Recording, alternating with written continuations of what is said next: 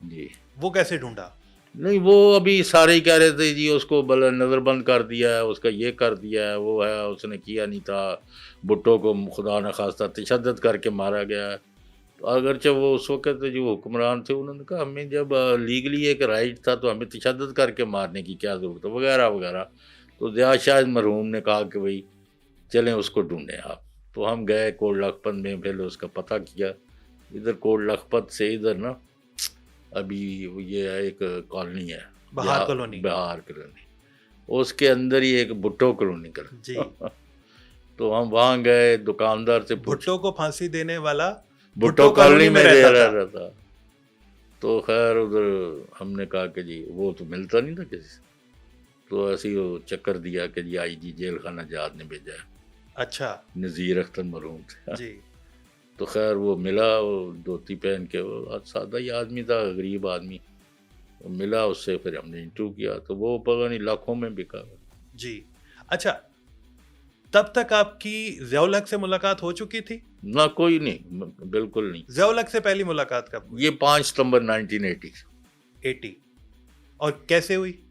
وہ کوئی جا رہے تھے امریکہ، ٹھیک ہے۔ 1 اکتوبر کو انہوں نے تقریر کرنی تھی، تو وہ سارے جو ہے میڈیا کے جو ہیڈز تھے نا ان سے بھی ملاقاتیں کر رہے تھے، رائے بھی لے رہے تھے، بات چیت کر رہے۔ تو وہاں ایک گروپ تھا نیشنل پریس ٹرسٹ، جس میں مارننگ نیوز، امروز، پاکستان ٹائم، مشرق، یہ وہ شامل تھے۔ تو ان کے ایڈیٹر، چیف ایڈیٹر اور نیوز ایڈیٹر اور چیف رپورٹر بلائے، لیکن میں ان میں فال نہیں کرتا تھا۔ لیکن میں کچھ دیر پہلے ملا تھا جنرل مجیب الرحمان جو سیکرٹری انفارمیشن، تو انہوں نے کہا کہ ان کو بھی بلایا، ٹھیک ہے۔ تو مجھے بھی بلا لیا۔ تو پھر وہ اس طرح 5 ستمبر کو 80 کو پہلی ملاقات ہوئی، یعنی ملاقات میں شامل ہوا، ان کو میرا پتہ نہیں تھا۔ ٹھیک ہے۔ پھر انہوں نے پوچھا بھی۔ ٹھیک ہے۔ اور پھر آپ کی ضیاء الحق سے اتنی قربت ہو گئی کہ کہا جاتا ہے کہ جنرلز باہر ہوتے تھے اور آپ اور ضیاء الحق ایک کمرے میں آپس میں میٹنگ کر رہے ہوتے تھے۔ کیا وجہ ہے کہ آپ کی ضیاء الحق کے ساتھ اتنے قریبی مراسم بن گئے؟ وہ 2 وجوہات ہیں، ایک تو ذوالفقار علی بھٹو کے خلاف میں بھی تھا، تو انہوں نے تو پھانسی لگائی ہوئی تھی۔ آپ ذوالفقار علی بھٹو کے خلاف تھے، اس کے باوجود کہ آپ پائنیئر ممبر تھے؟ نہیں، پھر 75 میں چھوڑ دیا تھا، پھر چھوڑ دیا تھا، اور وہ انہوں نے شاہی قلعہ میں تشدد بھی کرایا۔ ٹھیک ہے جی، یہ کافی واقعات ہیں، لیکن تو بیسیکلی کتاب کا سبجیکٹ ہے، کبھی پھر لکھیں گے۔ وہ تو آپ نے لکھنی ہے، لائز لائز اینڈ مور لائز، وہ تو آپ کی اللہ آپ کو حیاتی دے، زندگی دے، لیکن ہم آپ سے کچھ اور کتاب سے متعلق ہی جاننا چاہیں گے جو آپ لکھنا چاہیں گے۔ بھٹو کے خلاف تو آپ ہو گئے، اس نے آپ کے ساتھ زیادتیاں کی، آپ کو قلعے میں بند رکھا، لیکن ضیاء الحق سے اتنی قربت، وجہ کیا؟ بنیادی یہی وجہ تھی، بیس تو یہی بنی ہے نا۔ یہ بھی تھی کہ آپ دونوں ایک ہی برادری سے تھے؟ نہیں، برادری کا تو ان کو بعد میں پتہ چلا۔ اچھا، پہلے وہ جو اصل میں 5 ستمبر کی میٹنگ تھی نا، ٹھیک ہے، آپ کو جو پتہ ہونا چاہیے، کیونکہ آپ کے والد بھی انہی اداروں میں تھے، کہ ضیاء الاسلام انصاری، ہارون سعد، زیڈ اے سلیری، جس نے اپنا کئی قسطوں میں آرٹیکل لکھا پاکستان ٹائمز میں، ڈیتھ آف اے ٹریٹر، بھٹو کی پھانسی پر، وہ شخصیت، اور یعنی زیڈ اے سلیری، تو وہ یہ سارے لوگوں وہاں موجود تھے۔ تو مجھے وہاں سب سے ینگسٹ تھا، میں نے کہا کہ آؤٹ آف دی وے بلایا مجیب الرحمان نے، ٹھیک ہے، میرا اس میں فال ہی نہیں کرتا تھا، کسی نے آبجیکشن بھی کرنا کہ میں اب بلا چکا، کیونکہ آپ اس وقت کی سب سے بڑی خبر دے چکے تھے۔ وہ نہیں، اس کا ان کو کوئی تعلق نہیں۔ اچھا، ان کو یہ پتہ چل گیا تھا نا مارننگ نیوز میں میری خبریں دیکھ دیکھ کے، کہ میرا ٹرینڈ جو ہے پیپلز پارٹی اور بھٹو کے خلاف۔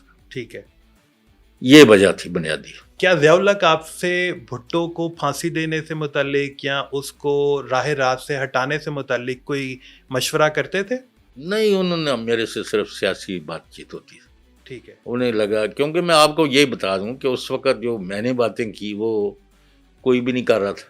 ٹھیک ہے، پہلی میٹنگ میں میرے تو پھر بعد میں کان بھی سرخ ہوئے ہوئے تھے، لال پیلا، میں وہاں سے نکل، میں کہتے this is first and the last meeting with the president and C M L army chief, کیونکہ میں نے ایسی باتیں کر دی۔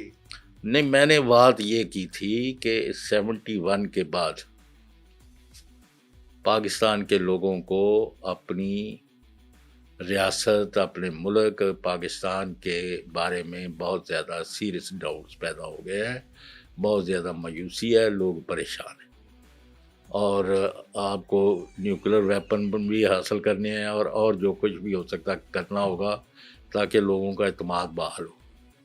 تو بہت زیادہ ڈسپونڈنسی ہے، فرسٹریشن ہے، پریشانی ہے، مایوس ہے لوگ کہ ملک رہنا ہے کہ نہیں رہنا.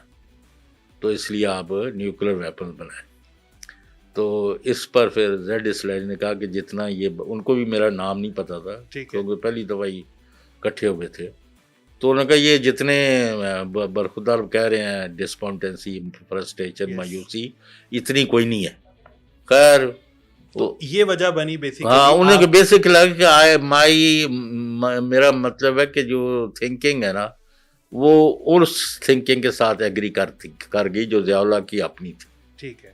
اور پھر یہی ہوا نا کہ 30 نومبر 84 کو جب میں ان کو خوش دیکھا تو میں نے کہا وہ کیا بنا پھر نیوکلر ویپن کا. جی جی. اس میٹنگ میں تو انہوں نے کہا الحمدللہ جو اچیو کرنا تھا کر لی، جو کہ ریفرینڈم سے ایک رات پہلے ہوئی، اس ریفرینڈم کی اناؤنسمنٹ والی رات. جی ہاں، وہ 19 دسمبر کو تھا نا ریفرینڈم. تو 30 یکم دسمبر کو یا میری میٹنگ تھی رات کو.